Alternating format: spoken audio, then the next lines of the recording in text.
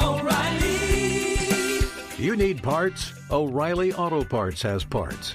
Need them fast? We've got fast. No matter what you need, we have thousands of professional parts people doing their part to make sure you have it. Product availability. Just one part that makes O'Reilly stand apart. The professional parts people. O'Reilly Auto Parts. Maui Nui is on a mission to help balance axis deer populations for the good of our environment, communities, and food systems on the island of Maui. They've shared over 126,000 pounds of nutrient-dense protein with the Maui community. Secure your spot now. Become a snack subscriber and join in helping to build more resilient food and ecosystems on Maui. Visit MauiNuiVenison.com. That's MAUINUI venison.com and use promo code BEAR for 20% off your first order. You know what my favorite text is? A waypoint in the onX Hunt app to a goblin turkey. The list on the onX Hunt app features for chasing turkeys is long, but knowing exact public and private boundaries and land ownership details will help you find more places to hunt, whether that's on public or private. I'll be toting the Hunt app through the spring woods in a few states this year, and I recommend you do the same if you want more turkeys on your table. Also, onX has a special offer for you. Use code BEARGREASE to receive 20% off your membership at onxmaps.com/hunt this spring.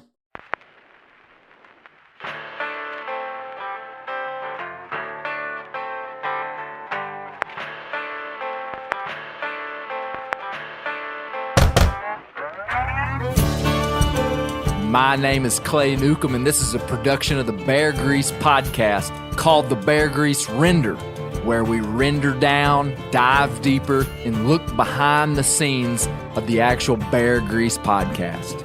Presented by FHF Gear, American-made, purpose-built hunting and fishing gear that's designed to be as rugged as the places we explore.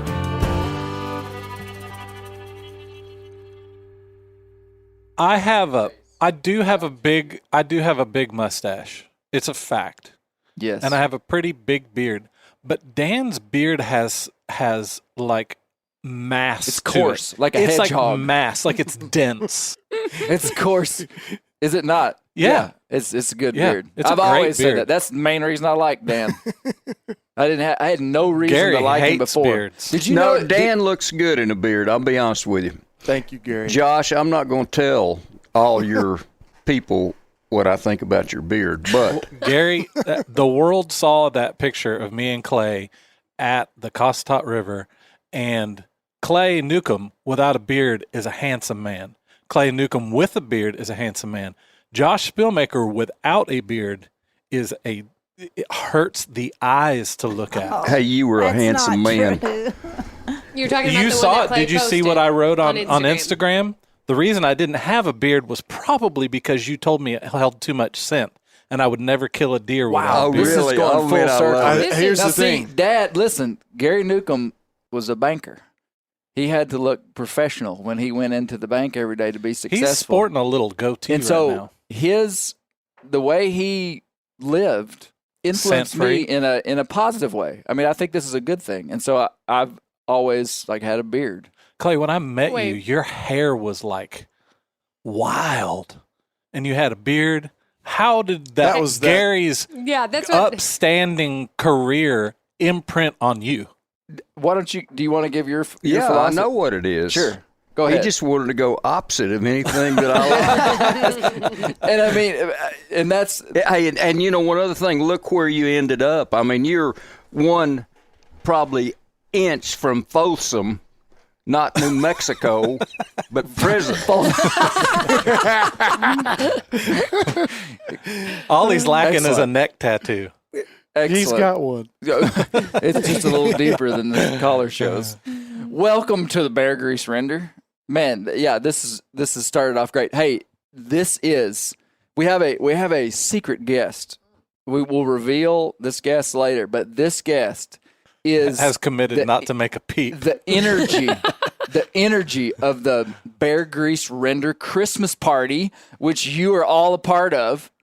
congratulations. So this is a Christmas party. It's exciting. I Dan, wish we why don't had you describe the bells. decor that you see around here? Well, it's lovely. It's seasonal. There's a lot of antlers and old books. It actually looks like it always does. We But- did- except for the Christmas cookies. That's what Yeah. I was about to say. There is, and I've already had at least one, but I've been told I can't eat anymore because it makes a lot of noise through the mic. he's being a little testy about the There's mic today. If we're a Christmas party, I will say there's tension in the room. Yeah, it's a little hostile Christmas party. I'm not feeling like it's There's a lot of safe unspoken environment. expectations, I think. The bar has been It's like set going to a high. Christmas party with a lot of signs about what you can and can't do. You will have fun on my terms. That is exactly right. That is exactly right. Hey, we are going. No foreshadowing here, folks. We are going to have an actual Christmas party. We have gifts. Our guest We're gonna brought have cookies? we're gonna have a gift exchange. There's going to be singing. There's going to be refreshments. This is going to be incredible. The saddest part of this is that Brent Reeves couldn't be here. Too sad. Brent. We have an empty chair for him. We'll We did, have a mhm. special holiday greeting for us all, though. Oh, That will really? be on this Sweet. episode, okay? Wonderful. Oh, really? So I will introduce my guest, though. To my left, Dr. Dan Root. Hey, Great to see you, Dan. great to be here. Yes. To your left, my lovely wife, Misty Newcomb. Always good to be here. Yes. Great to see you. Good to see you. Merry Christmas. Merry Christmas. Okay, Yes. guys. To, Okay. to your left, Josh, the Lambridge Spillmaker, which I'm thrilled that the Lambridge came up once again in this It did. episode. It did. I feel like every time the word land bridge is mentioned, there should be like a little jingle or something like the land bridge. Hey, I got your new tattoo, though, that you need on your neck now that Gary thinks we should be in prison. They walked there, quote unquote. Oh, Do you I like remember that. It's a good Meltzer? tagline. They walked there. I mean, he said it Yeah. like a real matter of fact. Yep. He said, they walked there.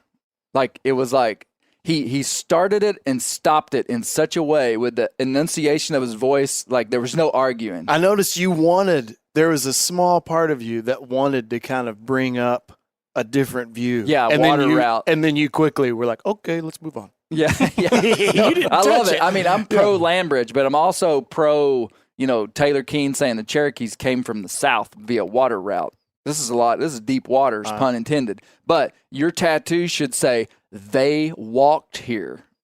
I like it. Yeah. I like it. And the Vikings made it to Heavener, Oklahoma. We know that for sure. The runestone. Look it up.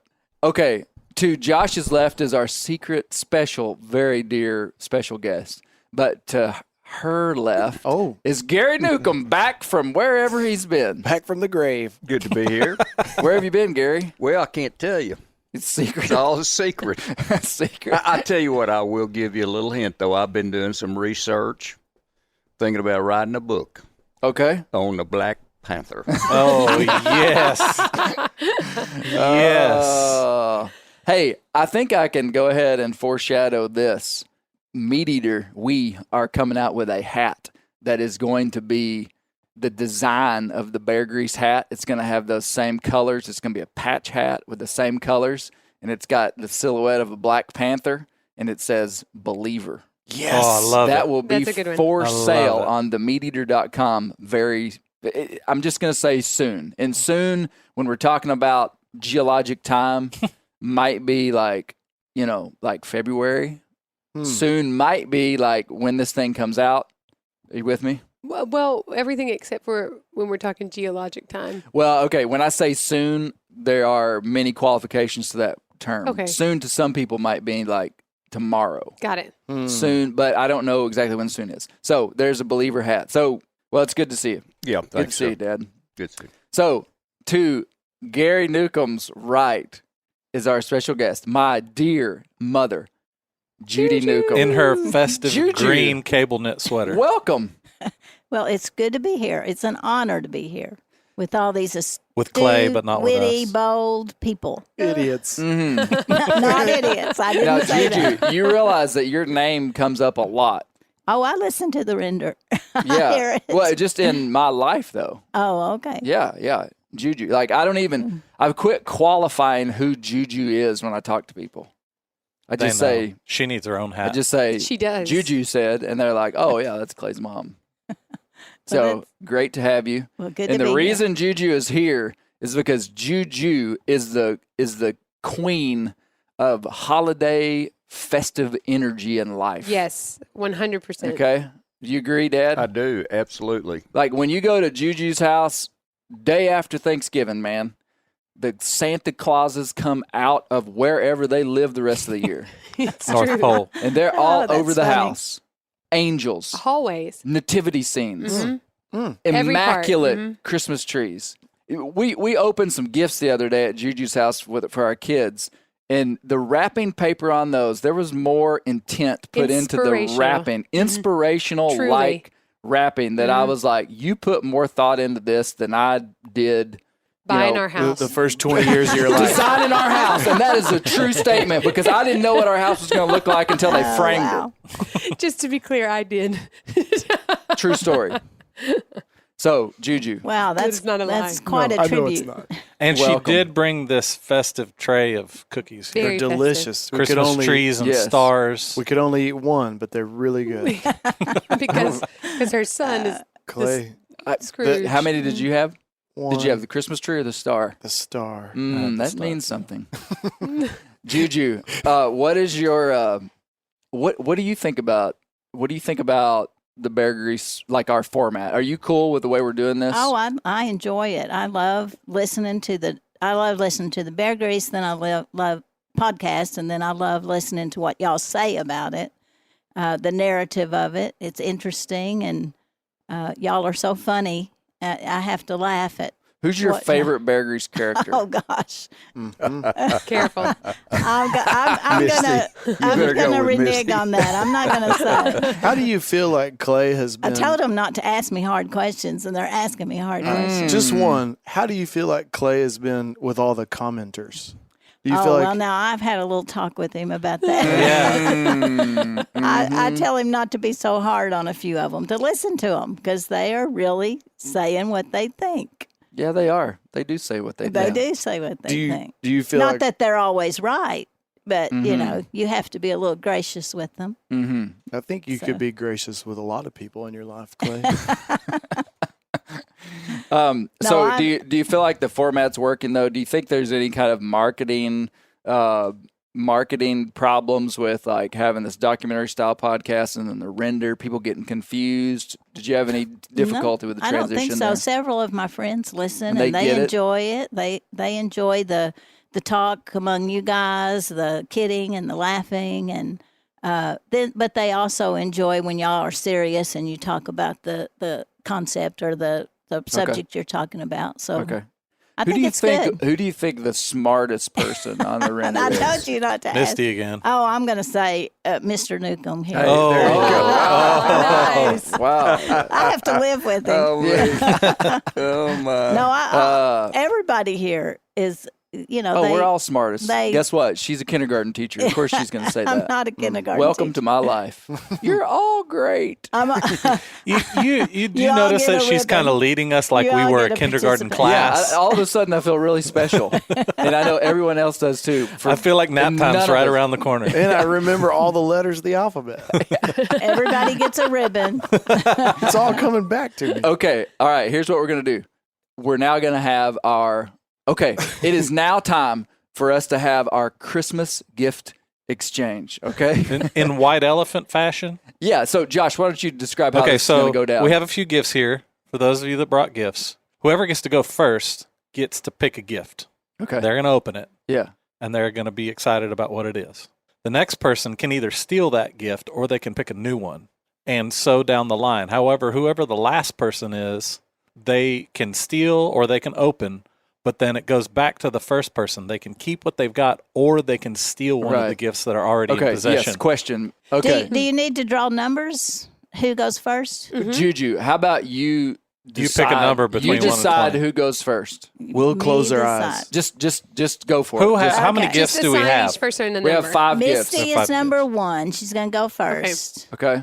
Gary's number 2. Okay. Clay's number 3. Okay. Daniel's 4, and we're going to let Josh be last. Oh, wow.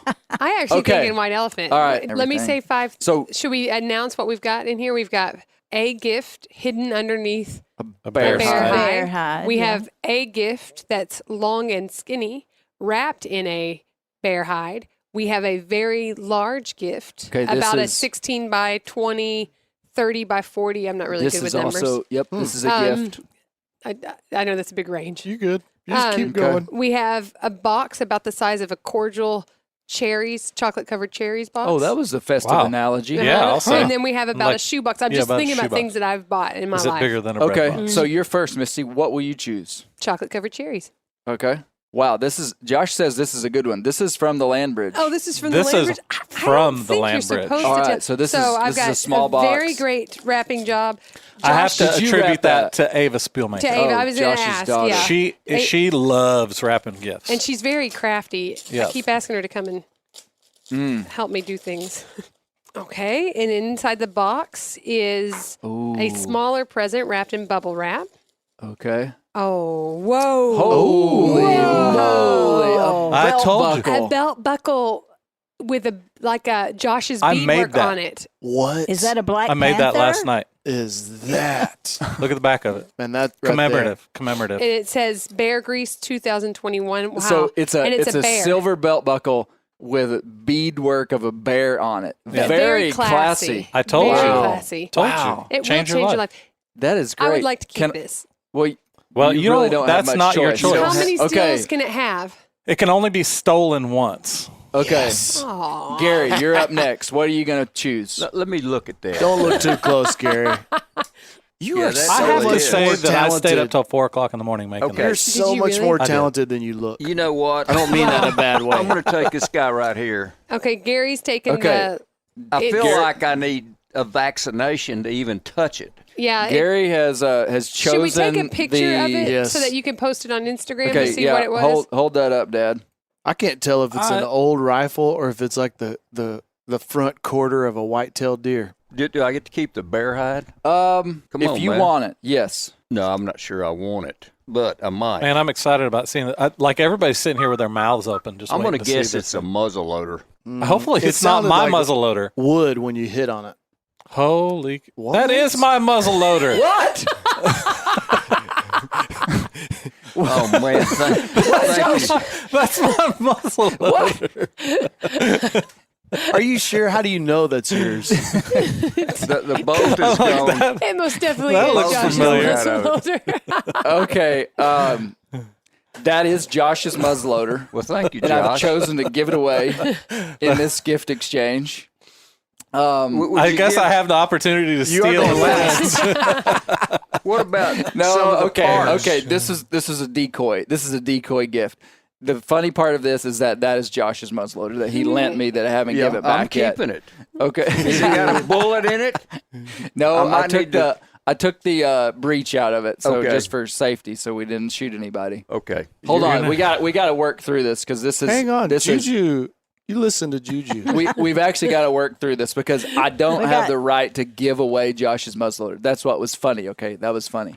This is the actual gift. Snap. This is man. this is a First Light dirt bag Wow. duffel. Oh, Hey, This- man. Get away read the tag. So First Light has a Hey, series this is of. Is that like? used. This came from salvage. Oh, he wants to keep clothing this. salvage. Snap. It was built 10 or 12 years ago. It's been used. It's been to Alaska Worthless. twice. It's got It's a piece of COVID junk. inside. Boy. No, really, this is a nice. Omicron. This is a nice piece. First Light. I mean, this is That's a nice bag. I'm a bag. There's certain Wow. things I like, And I got and my bags eye are on one that. of them. Wow. Okay, I all got right, that. I moving feel on. a little bit like this is the Michael Scott white elephant, where It kind of is like the yeah, the, yeah. Hey, this is iPod. not even a white elephant. I mean, I will. I tell you, Okay. boys, I look like an old guy, but I'll whip your fanny if you take this deal.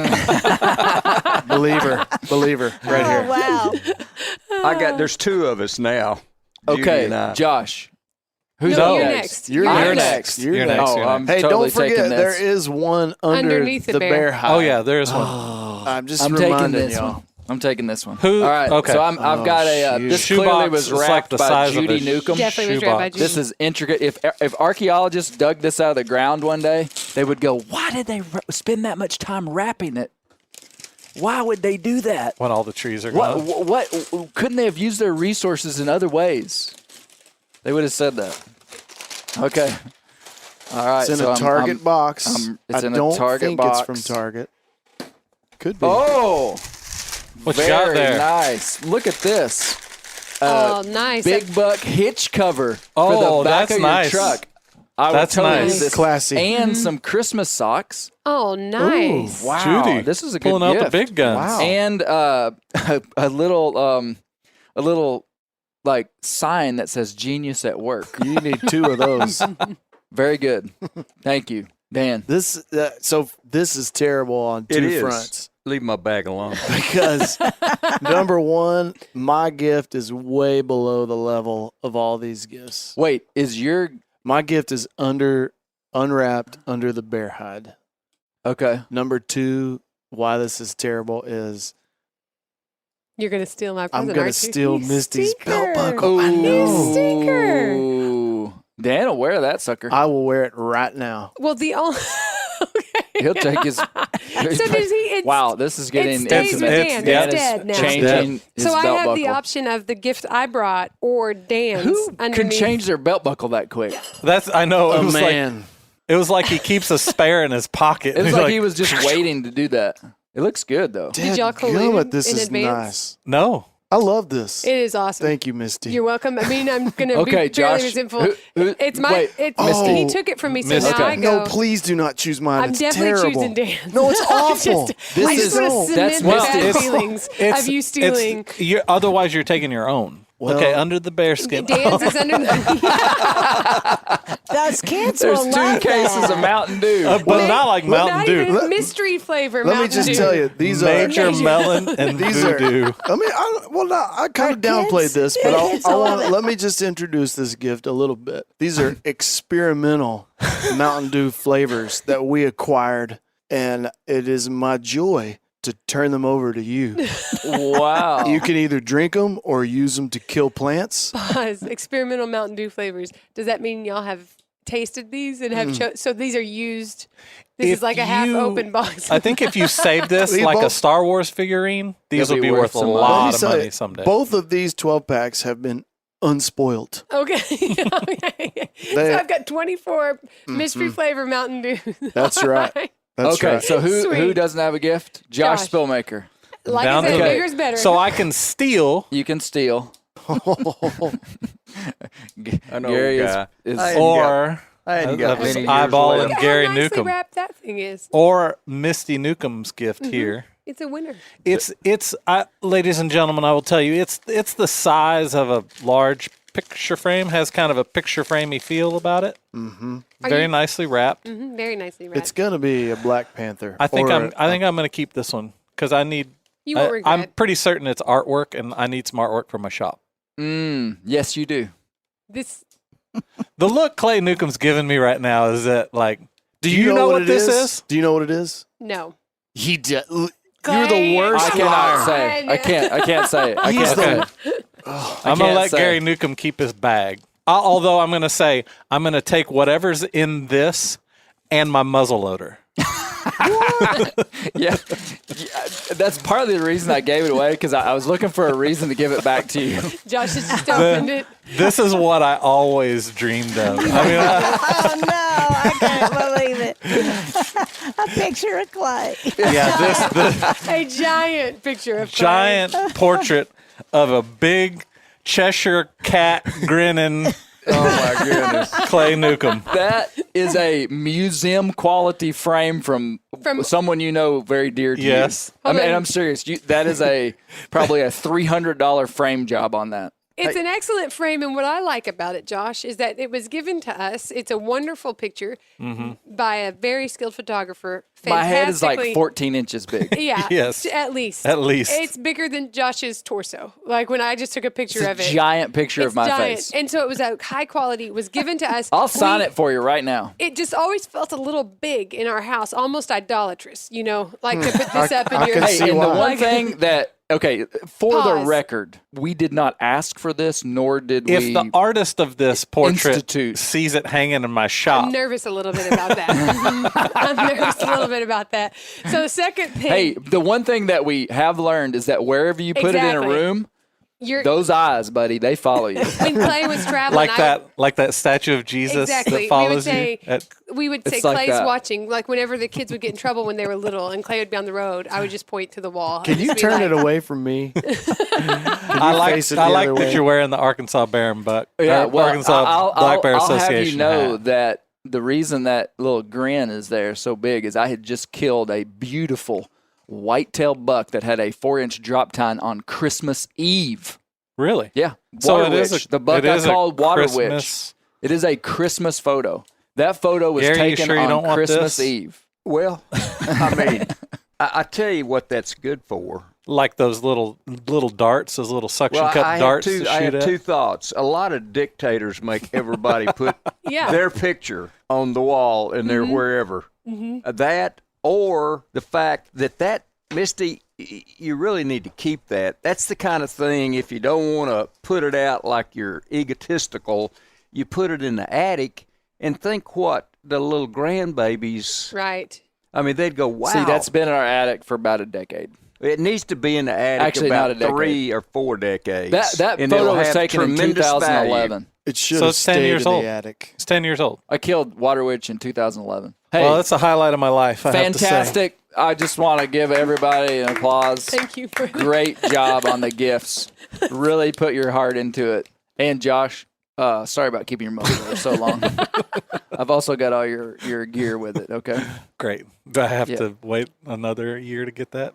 We'll Excellent. wrap it up and drop it off at your house for Hey, Christmas Day. okay, so now we'll get into, so this was like a holiday specialty section, okay, of the Bear Grease render. Now we're getting into the serious part of the render. What did you guys think more of the funny last business. render crew? It was the guys from Onyx, it was Jared Larson, Zach Sandow, and then Rusty Johnson, Rustin Johnson, Hunter Rude, Justin Michaud. I mean, they did pretty good. I have to say that there was a lot of them. And it always kind of hurts. I have to say that also that we're such distinctive personalities. They kind of just all ran together. There was a couple of distinctive personalities in there, but they kind of all ran together. I think that really So Josh is saying none of them has What I'm as good saying a personality is as any one of us. with the render crew that you have here, if it ain't broke, don't fix it, Clay. Oh wow. Okay. That's one viewpoint. I will say after the previous time that another crew was brought in, I will admit, But they stepped it up. and I went into this one with pretty low expectations. I thought they were fantastic. I actually really They did a liked good them. job. I thought They they did a were good great. job. I thought, Juju, man, they what, did just as were good you as able to us. listen to this? I did listen to Did you it. think they did okay? I thought they did good. What'd you think about Rusty Johnson getting anxiety sickness before he hunts? I thought that was interesting. That he would gag and get Did you so ever, nervous. Do you ever get excited Do you about anything experience that that, yeah? much? Well, I can't say that I have. Like before you would Hey, teach I'll school tell you in what, the morning. Juju, No, the no. day before Thanksgiving when Juju's cooking, she is like pumped. I mean, just like, I cannot wait to get in Judy, the kitchen. is there a time in This the isn't year fair. I'm telling you. that you are just like absolutely stoked to be doing what you're doing? Oh yes, there's What? time. Shopping, Ooh. seeing my grandbabies. Yes. I get excited about that. Hey, I'm Juju pretty gets excited. pretty pumped up about teaching kids to read, too. Yeah. Well, yeah, I do love that. But I'm, Maybe you I'm could teach pretty Josh to low-key. I enjoyed those guys' comments, though. used I to prank remember call them the talking about one cameraman in the tree stand would talk your ear off, and the other cameraman wanted to talk, but his hunter, guess it was that Rusty. It was Hunter and Rusty, yeah. He wouldn't talk, and he'd sit there for hours not saying anything. And It I was thought so that was funny. It was so Hunter is like, he has like long red hair and he's just a funny guy. You're just around him and you're like, he's really funny. And so Rusty is real serious. Is it Rusty's son that's a lawyer? That's Yeah. And studying so to be a when lawyer? Rusty and Hunter went together, and it was just real funny because Rusty's this dead serious white to Hunter, and Hunter's this like, he's a good hunter. I'm not taking anything away from him, but I don't know that he had been around somebody like Rusty, and so it was real funny. But they came together in the end, Juju. Okay. That's what the render's all about. Unity. You know what? Unpolarizing the nation. I feel like I need to unpolarize. I mean, you've polarized a bunch of our friends now with your statements about their performance on a podcast. I will say that Willow Newcomb, and I don't want y'all to be mad at her about this. Oh, yeah. But after the first, like, what do we call us? Regular render. Non-regular crew she render. Called us. We need an acronym. Yeah, NRR. She called us and said, hey, that was really great. The ones that you thought weren't great. She said, that was really great. Sometimes I feel very overwhelmed by the regular crew. And she said it actually gives me, she described it as, I'll just say, anxiety inducing to listen to us. Well, I mean, I could see if she's having trouble sleeping, enjoying listening to the first non-regular render So she crew. said that it was great. Then we do this one, and she's like, she came home for the holidays, and she said, Dad, that last render crew you had, she said, it's always my favorite whenever it's a different crew. Willow said that? Yeah. Willow Newcomb said that. Willow said that. Yeah, she said that. I mean, you guys and don't if take. you- What'd you She's think, dead Dad? to me. She's dead to me. Hey, They did good. I think, I just think that the insecurities of this render crew is just glowing. It's like job security. You can't brag on the guy next to you. You got to Yes, you do. badmouth him. I thought the second. It's a zero-sum game, I thought Gary. the second irregular crew was probably the best. The first irregular crew was probably second best. And this bunch right here, myself included, we're probably third. We're like third I'll string. be honest. I enjoyed marking that bunch. Maybe because I just had met them. That's what I was going to say. Yeah. If you had known those guys, because they were the nicest guys, Yeah. Mark and Andreas and Tyler and Joe. Yeah, And I you mean, gu- way you nicer guys than are all not- these You're guys. around Daniel's feelings. No, Juju. you guys You are- know us too, okay? You guys are nice too. But really and truly, I like both groups. I think a little variety is pretty cool. Hey, it's You know, just maybe we could arrange a fist fight it's just between the we two could. crews. Just Between us and Willow. Just sitting think I could in take her. as a guest on a render when you're not used to doing it, I can say that right now. It's hard to think of something really cool to say every time. And you guys, Juju's y'all- never had any trouble thinking of something you cool guys to say. have mastered it. You two. Oh, wow. Big Absolutely. compliment. Wow. So it's fun listening. Being Okay. able to Well, just there's pull I've meaningless got words just out a anytime. little bit of housekeeping to do here. Sorry. Now that it is Christmas time, I would like to make a formal apology to all the render listeners who put up their Christmas lights before Thanksgiving. You want to apologize to them? I do, Or seek Why? an apology. because now that it's Christmas and we're all pumped for Christmas, I'm like, Maybe they were instrumental in helping you get pumped. maybe great they feeling. were maybe they were right the whole time. Maybe so. Clay flip flops again. And my friend Ryan Pettigrew called me out on it, and he said, "Clay, I put up Christmas lights on November the 1st." And he said, "I Wow. do it because my wife wants me to do it, and we love Christmas." And he's a real big dude, and like so you're gonna- I wouldn't want to fight him. Yeah.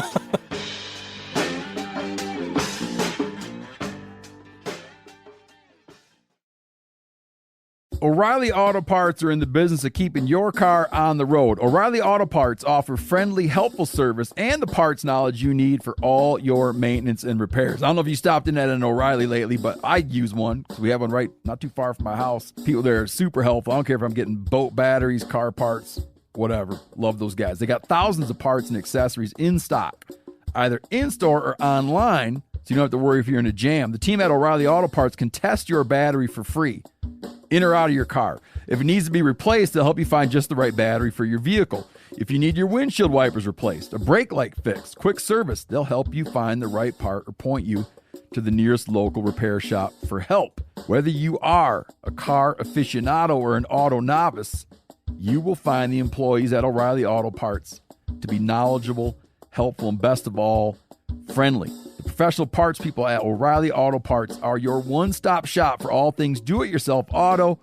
You can find what you need in-store or online. Stop by O'Reilly Auto Parts today or visit us at O'ReillyAuto.com/meat-eater. That's O'ReillyAuto.com/meat-eater. Whitetail Institute launched the food plot revolution in 1988 with a concentration on research and real-world testing of forage products specifically for whitetail deer. Whitetail Institute's research and development team of agronomy experts provide effective, personalized service. I've been using Imperial Whitetail Clover for a long time in a food plot back behind my house. In 2007, I killed the biggest buck of my life over an Imperial Whitetail Clover small quarter-acre food plot. Imperial Whitetail Clover is the only clover scientifically developed through years of selective breeding. Clover Extreme genetic stability provides extreme cold tolerance, disease, and drought tolerance. It really does. Clover is coated with Whitetail Institute's Rain Bond, a polymer coating added for enhanced seedling survivability. They have an exclusive offer for Bear Grease listeners, 15% off Imperial Clover when you use the code BEAR at whitetailinstitute.com. That's whitetailinstitute.com and use code BEAR for 15% off. Ready to win Mother's Day and cement your reputation as the best gift giver in the family? Give the moms in your life an Aura digital picture frame preloaded with decades of family photos. She'll love looking back on these memories and seeing what you're up to today. Even better, with unlimited storage and an easy-to-use app, you can keep updating mom's frame with new photos, so it's the gift that keeps on giving. And this is not a joke. Juju Newcomb has an Aura frame, and we share photos, and they're incredible. Also, my mother-in-law has one. We have them. They truly are really good, really high quality. The Aura frame is easy to set up. It takes just 2 minutes to set up a frame using the Aura app. It also adjusts the display depending on light levels in the room to maintain the true color of your photos. For real, the digital screen is amazing. Right now, Aura has a great deal for Mother's Day. Listeners can save on the perfect gift by visiting auraframes.com to get $30 off plus free shipping on their best-selling frame when you use code BEAR, B-E-A-R, BEAR. That's auraframes.com. Use code BEAR at checkout to save. Terms and conditions apply. We had some petty criminals come through our neighborhood night before last and steal Christmas decorations out of people's front yard. You guys have more I criminal wish they would steal activity. Halloween decorations. They leave those. Okay. So, to get after the heart of the podcast here, guys, we're three podcasts into a 4-part series. The fourth part is going to be one of my favorites. I'm working on it as we speak. What did y'all think of this third one? So to clarify, sometimes it probably jumbles into one big section. The first in our series was on George McJunkin. Okay, and for those maybe who haven't heard it, might want to go back. George McJunkin was the freed slave who in 1908 found the Folsom site, reported it. The people, it wasn't until after he was dead that they recognized what it was that he had found. And so the whole first podcast, we dove into George McJunkin's life and him being a cowboy, and it was all about him and very little about the Folsom site. But that's part of the Folsom story. Part number 2 was diving into Folsom. And I introduced, the authority on the Folsom site in the nation, Dr. David Meltzer from SMU. Incredible guy. And the reason he is the authority on Folsom is he literally wrote a textbook on Folsom. It's right up there. See that book? I mean, it is Very pretty. It is Nice like cover. an academic textbook. It's not a book that you would give away and be like, "Hey, you'll enjoy reading this." I mean, it's I like, hate reading it. yeah, you would give it to him. And you'd be like, "You're gonna Punishment. really struggle with this." No, I'm just. Why'd you look at me when you said that? I loved it, but I'm just saying it wasn't like written like some Right.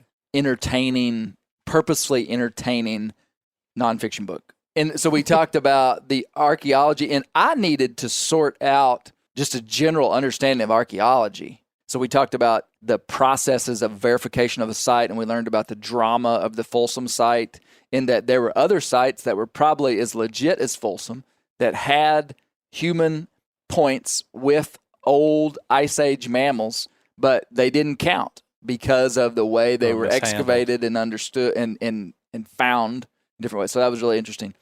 The third, and then we just established what happened at the Folsom site, which was 32 bison antiquus killed by human hunters. And the only reason we know that, we would have thought they got struck by lightning, and I'm going to come back to that, Josh, had it not been for the 20-ish stone points that were found amongst the bones, and that there were fractures in bones that were clearly impact fractures from stone points. So while these animals were alive, humans were chunking spears, atlatl darts. We don't Right. know. You will learn whether it was spears or atlatl darts in part 4. Oh. And there is question. Okay. I figured they were atlatl. In general, when you talk to people, almost everyone just for sure 100% says, yeah, they were atlatl. But when we talk to the expert on atlatls, there is question, because you cannot necessarily determine an atlatl point based upon its size as compared to some of the bigger arrow points. And my future guest, who y'all don't know who it is yet, Ooh. Devin Foreshadowing. Pettigrew, Mhm. he talks about, he just dives into it big time. Probably it was atlatls, but it's not definitive. So we talked about that. And then in part 3 is when we talked about gourmet butchering. And then we talked about the cultural impact of dating human arrival in North America back 10,000, 7,000, 8,000 years further than we thought. But what'd y'all think about the gourmet butchering stuff? That was very interesting to hear, because one of my biggest questions about the whole thing is, if we're talking about a small group of people, maybe 50 people, why did they want to kill 32 bison? I mean, that's just a huge pile of work, thinking about, 30 to 40,000 pounds of meat. Yeah. Why did they need to kill all that? What drove them to kill that many? Why didn't they kill 5 and say, hey, we got our work cut out for us? They were Americans. They were American. Just consumption. Yeah. All the way back. Conspicuous 10,000 years. consumption. Why kill 5 if you can kill 30? But Good point, Dan. the fact of them thinking, well, I'm just going to take, there was no sense of hunting ethic back then. So the idea of the gourmet butchering, they might have just seen, hey, we'll get 32 tongues out of this. There was no thought process inside of that. So I felt like that kind of helped me understand the thought process behind it of these ancient peoples doing that. The question too would be, why wouldn't they kill? I mean, you're people that are living, it's almost hand to mouth. I mean, you're not storing up a 501k for 10 years down the road. You are literally killing stuff that can, not a 501k. 401k. Does Misty? Hopefully, Misty does a lot of the finances. Yeah. I feel like does. she's probably She on does. it. She does. You guys A are. 401k is a non-profit retirement account. Okay. Sorry. So the 401k, they don't have 401ks. They or 501ks. They don't have any Ks. And the only security for the future that they have is what they've killed today, and whatever the preservation techniques would have been, which could have been the ice and snow and them storing the meat in the snow through the winter, or they made pemmican. There was a whole section about Dr. Meltzer talking to me about pemmican, which we just couldn't Would put that in have there. been made then? Well, I mean, they would have used the meat to make pemmican. Huh. Oh yeah, did they make it back then? They believe they did. Where it would have been a mixture of meat and berries and other stuff, dried out and flattened, and it could have lasted months. Could they not also smoke the meat? I'm presuming. I think there are hunter-gatherer like band societies today that will kill a giraffe, and you've got 1,500 pounds of meat, and there's 25 of them, and they'll smoke the meat to preserve it. It's not rock solid preservation, but it's better than just letting it go bad and wasting it. Yeah, for sure. Yeah, so the question would just be, why wouldn't they kill as many as they possibly could? Because they would not have. I mean, it wouldn't have been even in the thought process for them to think, you know what, we're going to let a couple of these guys go. We presume there was not that thought process. Well, that they're like, what do you think, Steve Juju? Ranella mentioned that they took the hides. Mm-hmm. And, could it be possible they didn't take all the meat, but they took the what meat they I'll needed. be darned. And took I the didn't think hides for about that. shelter. Well, they Out of could left use the field. hides to build shelters and teepees or whatever Incredible thought. their huts were Juju. called. Was that brought out? Was that Well, something? that is a great answer to a potential answer to the question of why they killed that many if they weren't going to use all the meat. Presumably they used all the hides because there were no tailbones, 0 tailbones, and the tailbones were left in the hides when they carried them off. I think Juju just beat all your experts. Yeah, Yeah. exactly. Well, what no- do you think happened, Juju? I'm not sure, but I thought about leaving all those Folsom points, how hard it was to make those Folsom points, how Yes. long it took to chisel out. But I guess it was deep in the animal and they couldn't pull it back out. Yeah. But I thought, wow, if they could have taken those 20 points back with them, they would have saved a lot of time. Classic mother. Like I would have come back from that hunt and Juju would have been like, Clay, baby, where's your Folsom points? And I would have been like, I broke them. And she would have been like, Clay, Didn't you reach know your your hand in daddy there? worked hard for those. Whereas, was Dr. Meltzer able to determine the points that were at the Folsom Museum? Were those legit? No, we don't. None of those that we saw at the Folsom Museum were from the Folsom site. Oh, okay. None of them. Okay. All the points from the Folsom site are in big museums, and there's several that are unaccounted for. Dun, dun, dun. And they might be this one. I was looking for that to show up in the Man, white elephant. You know gift. what? If I'd have thought about it, white elephant gift, I would have got a Folsom replica. That would have been awesome. They are one of the coolest stone points I've ever seen. I want one now. Yeah, I know. They're awesome. The way they're so thin and delicate and so They're beautiful. yeah, they're awesome. You know, it's one of those things that if you didn't know it was beautiful, if you didn't know the backstory, you'd look at the point and you'd just go, "Oh, cool, stone point." But when you know the history, and after episode number 4, every household in America is going to want a Folsom replica point. That's Hey, it's a bold statement. Yeah. Foreshadowing. This is not foreshadowing. This is like a straight up shadow.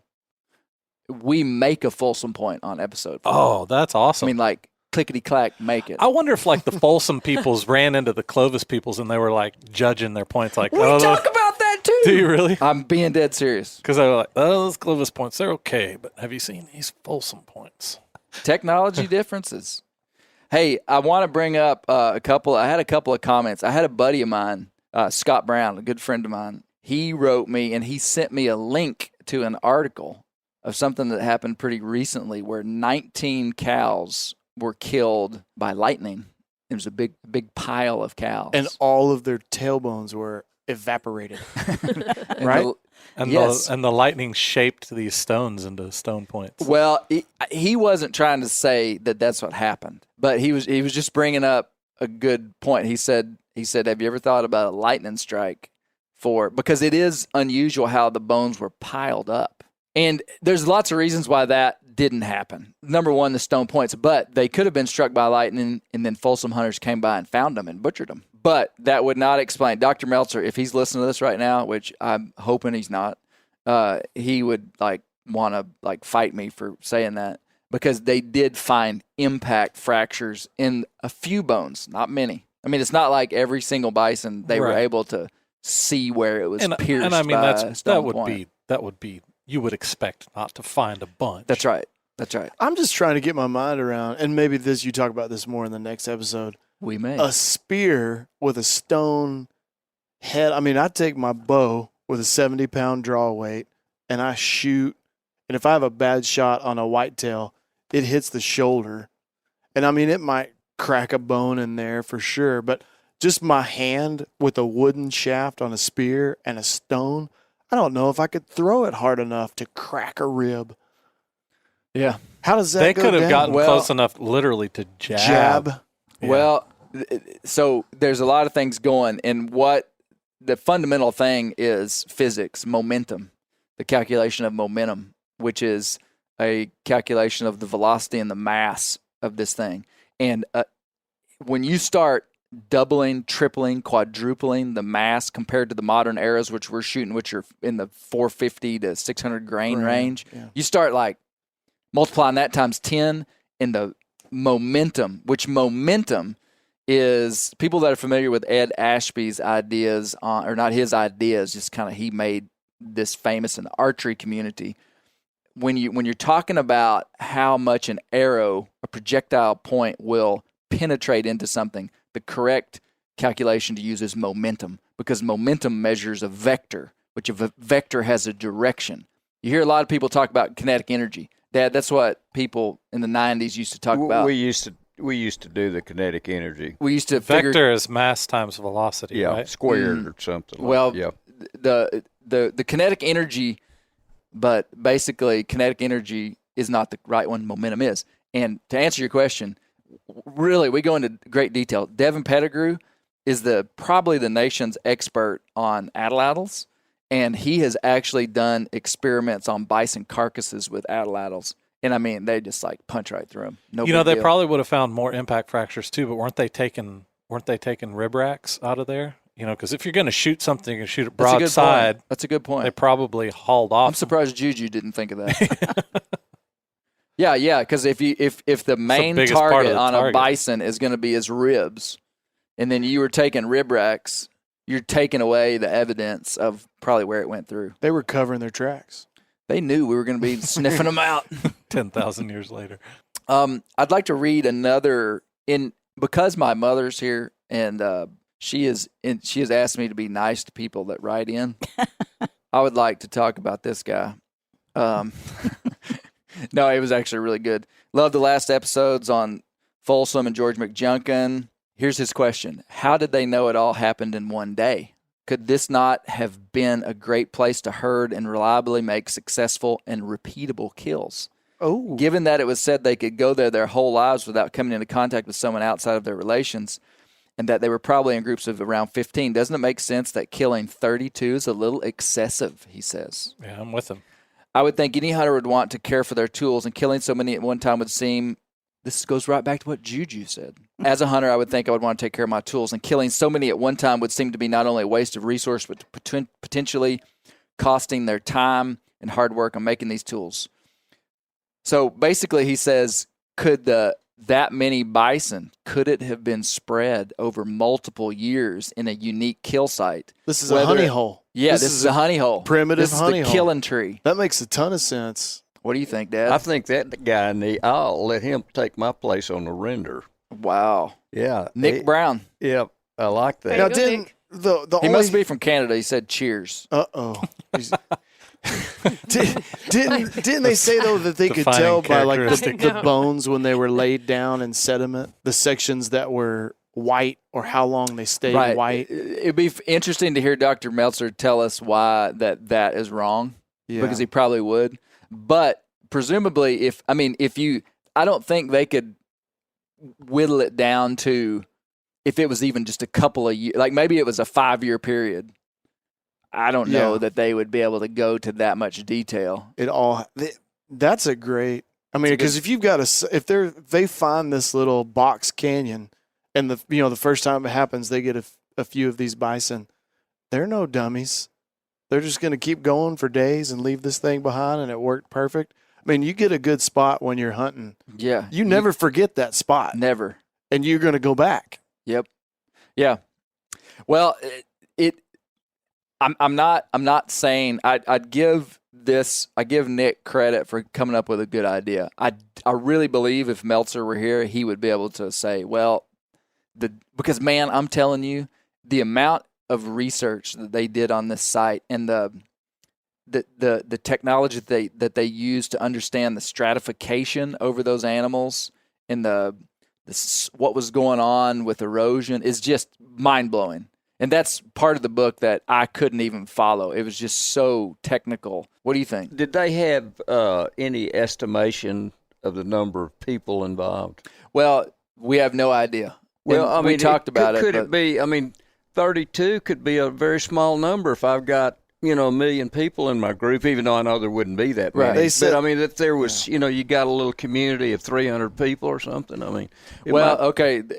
So they believe that these people were in much smaller groups than that. Yeah. Just by the size of their camps in different places. Yeah. They think they stayed in groups of about 25 and at different times of the year would come together. So, but could it have been 100 people? Sure. Yeah. Could have been. And they don't know what time of year it was either. Well, they do. They do in the fall. in the fall. Okay, so I'm just thinking if it was closer to winter, then they could have preserved them in the cold weather a lot better. Right.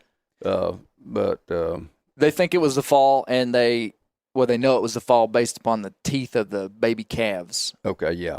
And so let's just say it would have been September. Meltzer said, September, October, and it was colder back then. I mean, it was in the end of the ice age. I'm thinking in terms of whitetail, but bison don't just walk around in 2s and 3s. Right. It's an entire herd, and there's calves, and they basically found a herd slaughtered. Okay, here's another. It's probably not going to be multiple years because they're looking at the behavior of the animals as well. Well, because it's a cow-calf herd. Yeah, it's a cow-calf. So if it had been a mix of bulls and cows and calves, that's a good point. I still give Nick credit for having a good idea. I like Nick. Well, do they have plans to excavate further? You said that was a 60 by 60 square foot. Yeah, it appeared to me to be very small, the area they had actually excavated. But when I brought that up to Dr. Meltzer, he didn't think that. He just kind of acted like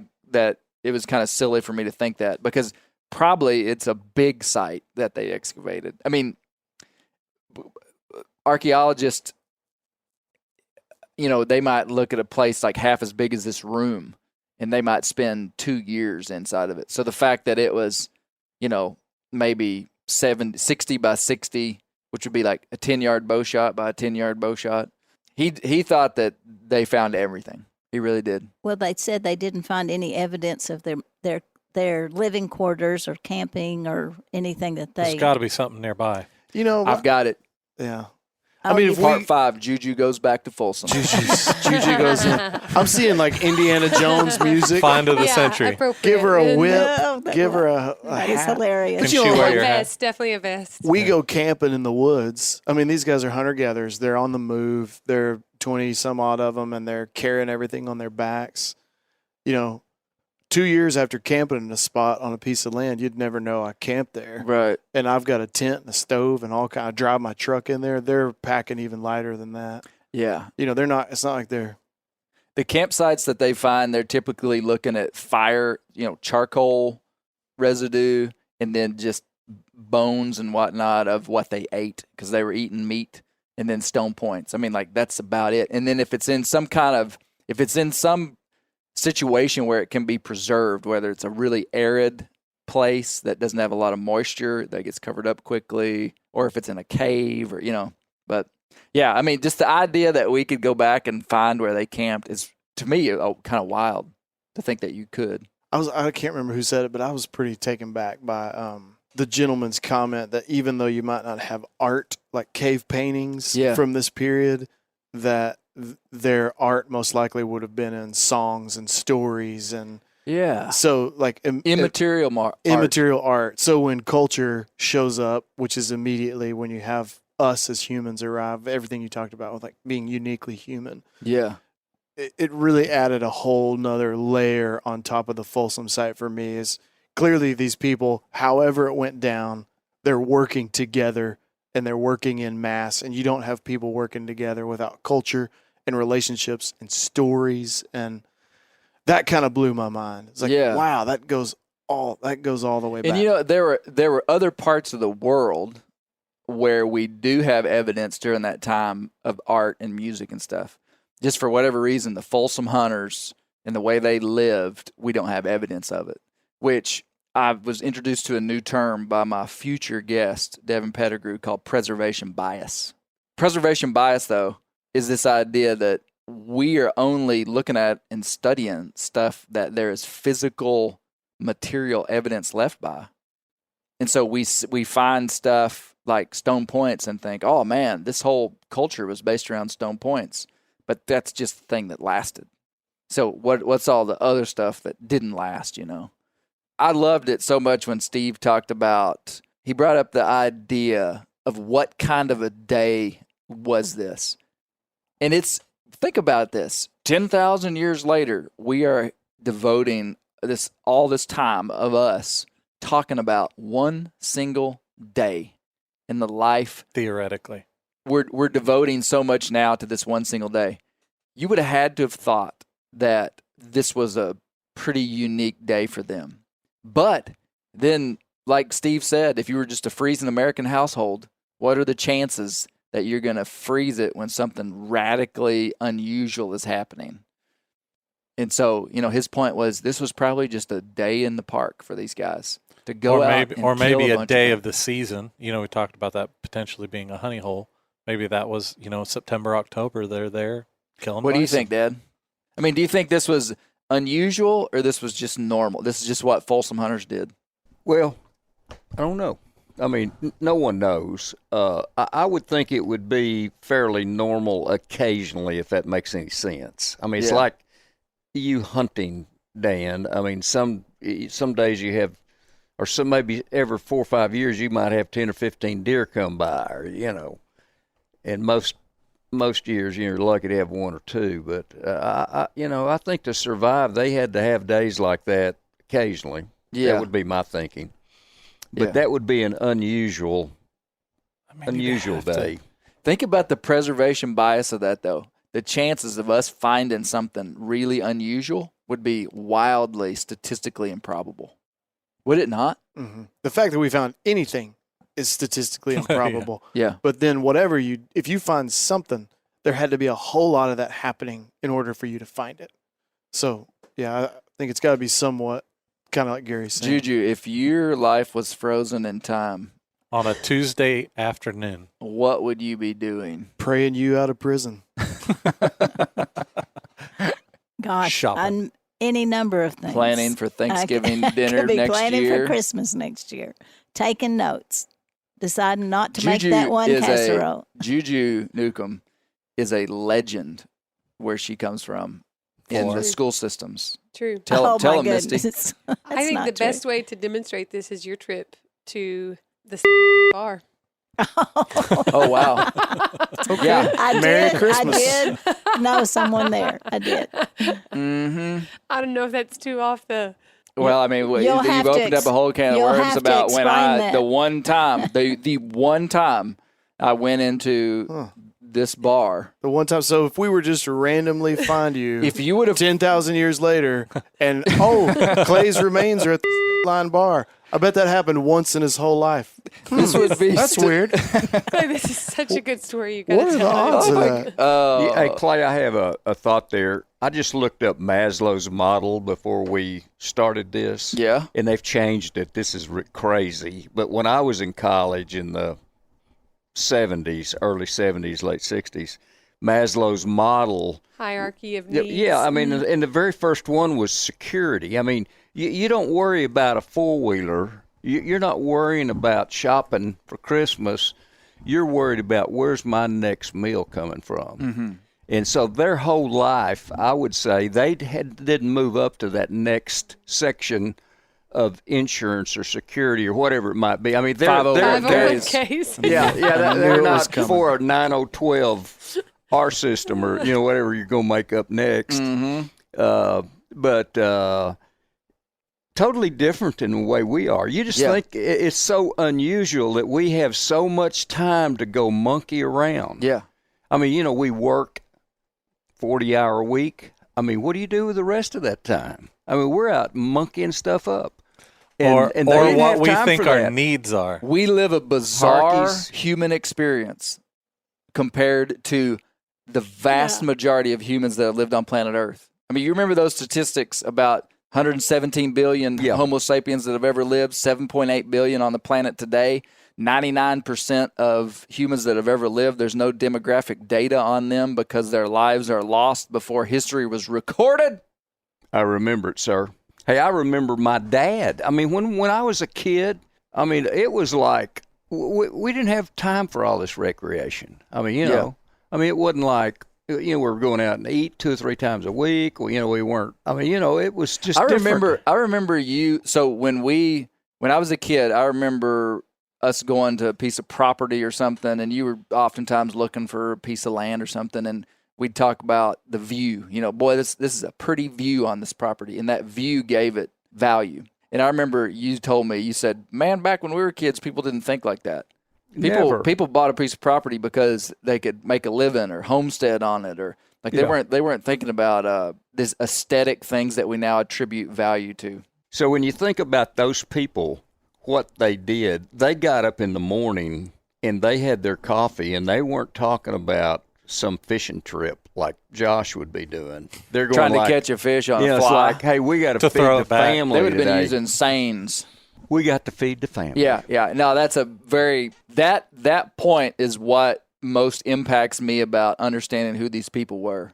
Is just they lived radically different lives than us, yet were just like us. Absolutely. They were just like us. If you would have took one of their babies and put it into Juju Newcomb's class at her school, that kid could have grown up and been the president of the United States. And the other what do you think, interesting. Juju? I'm sorry. Go ahead, Dad. Well, I just say that we can adapt to anything. I mean, we could actually go back to almost those times and get adapted. Get how we've handled COVID. When they threw me into basic training, man, heck, I could have spent the rest of my life in basic training. I mean, I just adjusted to it. So hard times, we adjust to it. Yeah. We set new goals and objectives, and we enjoy accomplishing them. And I think these were happy people. And they love life. When you started describing the things, how would you like to live in this extreme cold weather? How would you like to wear animal stuff? I was going, I like it. I like that. I like this. Judy heard me. And then when you got to the part now today, I go, I don't like this. I mean, I probably would have enjoyed wearing. The thing is you wouldn't have known any different. That's right. Yeah. That's right. You would not have had anything to compare it to. They thought they were living high on the hog. That's right. When I was in college, if I had known that these girls were going to have cell phones and all this stuff they have, I would have been unhappy. But I wasn't unhappy because I had no idea I'd ever have a cell phone or all the technology money, that we have today. But are you going to leave your listeners wondering what Juju was doing in a bar? I wasn't there. Yeah. So this is what happened is and again, we're talking about how famous and loved Juju is in the community down there. And so one time, me and Bear were hunting, and we lost our mule. Okay, we're out in public land, and the mule got away from us. We were camping. Mule got away from us, ran off. We come back to camp. Mule's gone. And where I was hunting, the closest civilization was this establishment. That was a bar, okay? And so it was a Saturday night, and we hiked off in the dark because I'm not going to go into full detail. You can watch me tell this story in its entirety on the Bear Hunting Magazine YouTube channel. And so I was afraid that we were camped way in the back country, and it was dark. We came back to the camp, the mule's gone. I figured the mule's run back to the truck, and it's going to be just wreaking havoc out, by itself. And I figured somebody was going to drive by, see a mule with a broke lead rope, and think I was dead or something. And so I envisioned like the sheriff's coming looking for me and whatnot. So I said, Bear, we got to go find this mule. We got to go to the bar. I hauled my saddle out, all the way out, like carrying the saddle on my shoulder along with our whole camp, and get back down to the truck, and the mule's not there. Well, I drive to the closest place, which was this bar, and I walk. It's Saturday night. I pull up, and Bear was a young kid at the time. This was years ago. Bear was like 10 years old. And I go, Bear, if I don't come out, if I'm not back here in 10 minutes, you get in this truck and you drive until you find somebody. What did you think? That was actually a joke. I didn't say that. What I did tell him was I just said, Bear, you hunker down in this truck and do not answer. I mean, if somebody walks over here to this truck, just hide, okay? This is a rough place. It is a rough place. And so I walk into this bar, and I'm fully decked out in camo, and I walk through the door, and the place is just bouncing, with country music. And there's, 10 or 15 people there, and there's just a classic bar, and the music is so loud you can't hear anything. And I walk up to the bar, and the bartender pretty quickly comes over to me. And I just remember I said this almost word for word. This is like a bad joke. My name's Clay Newcomb. And I lost my mule, and I'm yelling this, okay, because the music's so loud. I lost my mule, also, and I want to leave you my phone number in case somebody sees it or you find it and you can call me. And he goes, what? He can't hear it. So I yell it even louder. And by this time, everybody in the whole bar is looking at me. And they're all listening. And I guess because I'm yelling so loud, they all can hear me. Can we turn the music down? You can't I should have said that. I should have said, Alexis, turn the music down. And so I just remember yelling at this guy, and he's just like looking at me, just like, oh, no, no. And like a guy 2 people down from me goes, have you ever been in there before with that mule? And I go, no, the mule's never been back there. And he goes, you'll never find that mule. I remember that. And then for all the listeners, Clay is now standing up. I just want to make it clear for everyone listening, Clay was sitting, now he's standing up. And I'm talking to this bartender, and then to my left, like 7 or 8 people down at the end of the bar, this guy stands up, and I'm telling you, he was wobbling just a little bit. And he said, what's your name? And I looked at him, and I realized he's talking to me, and I said, Clay Newcomb. And he said, is your mother Judy Newcomb? And I go, and like 1,000 things are going through my mind. Mainly, why does this man know my mother's name? And I didn't know what to say. I didn't know if we're about to get in a fight. I didn't know. You were about to learn a deep, dark secret about your mother. I'm your father. Exactly. Oh, no. And so I just kind of bow up and I say, yeah, she is. And he go his countenance turned from like stern and inquisitive. He just kind of like melted into a smile, and he said, she's my teacher. He didn't say she is my teacher. He didn't say she was my teacher. He said she is my teacher. This is a grown man, like older than me. And he loved Juju so much that apparently he is like, Juju Newcomb was my teacher. I just awesome. wanted you to set that straight. And did you do a lot of teaching in the bars, Judy? yeah. No. It was an outreach. And so I came home. I went back and I said, I walked in and I said, Juju, boy, they sure know your name down at the bar. And I had a few questions for her. Did you find the mule? Yes, the mule came back to our original campsite. Was that Izzy? No, it was a mule I don't have named Ellie. Ellie Mae. She was wild as the wind. Yep. She nearly killed me multiple times. Good reason to get rid of her. Yeah. Put her on Craigslist? I warned the guy that I gave her to, or that I traded her to. I told him, I said, she'll kick you and she'll run off with you. I fear that he didn't tell the guy that I have not heard from him since. You cannot find that man to save your life. I was honest with him.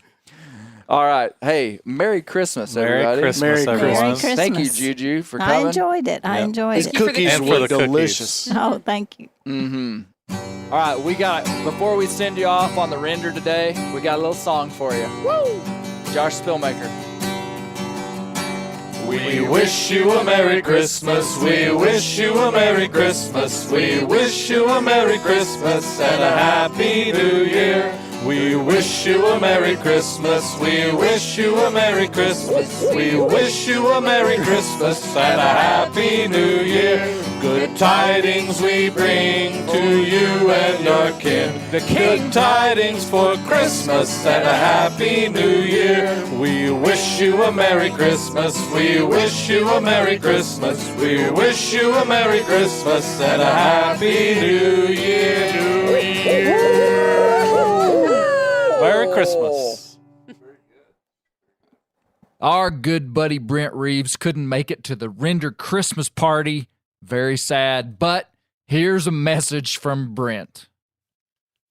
Hey, this is Brent Reeves of the Bear Grease Render. I hate I couldn't be at the party today. I know it was a good time because there was a lot of good folks there. I got everybody the presents that they wanted, except for you, Clay. I'm sorry, buddy. They just don't make a Steve Ranella action figure. Best I could come up with was an old naked G.I. Joe we found in the attic that belonged to my son. I made him a suit of clothes out of a squirrel hide that we was saving to tie flies with. That's just going to have to do until we can come up with something different. I do want to thank you guys for allowing me to be a part of this, and wish every one of you and everyone listening a very, very Merry Christmas. What do you think? Daddy, that was terrible.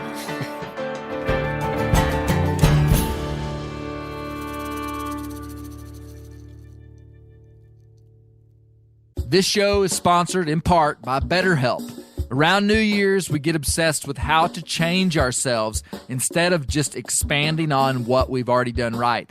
Maybe you finally organized one part of your space and you want to tackle another. Or maybe you're taking your supplements every morning and now you actually want to eat breakfast. In the last year, I've been more diligent about going to the gym on a regimented schedule, and it's made a lot of difference in my life. Therapy helps you find your strengths so that you can ditch the extreme resolutions and make changes that really stick.